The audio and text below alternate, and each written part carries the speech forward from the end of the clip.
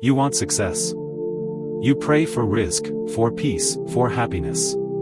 But what if the key is hidden in wanting the same for others? This sunnah isn't about giving. It's about purifying your heart from jealousy.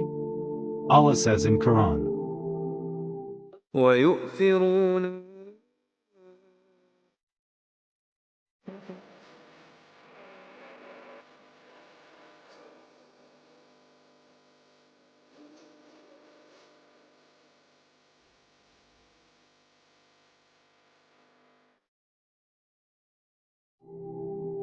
they give preference to others over themselves, even though they are in need.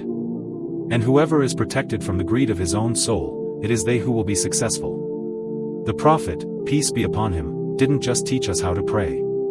He taught us how to love. In a world where everyone says, me first. He said, none of you truly believes until he loves for his brother what he loves for himself. That's not just kindness, that's spiritual strength. When you wish good for others. When you're happy for someone's success. When you make dua for their rizq. You're fighting your nafs. The part that says, why not me?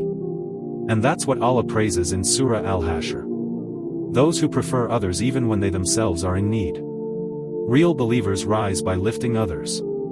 Because when you love goodness for others, Allah sends that same goodness back to you, multiplied. So today, make dua for someone else. And watch how Allah answers your own. Comment, Ya Allah, cleanse my heart from envy. Save this to remind yourself to love selflessly. Follow for more sunnahs that transform the heart.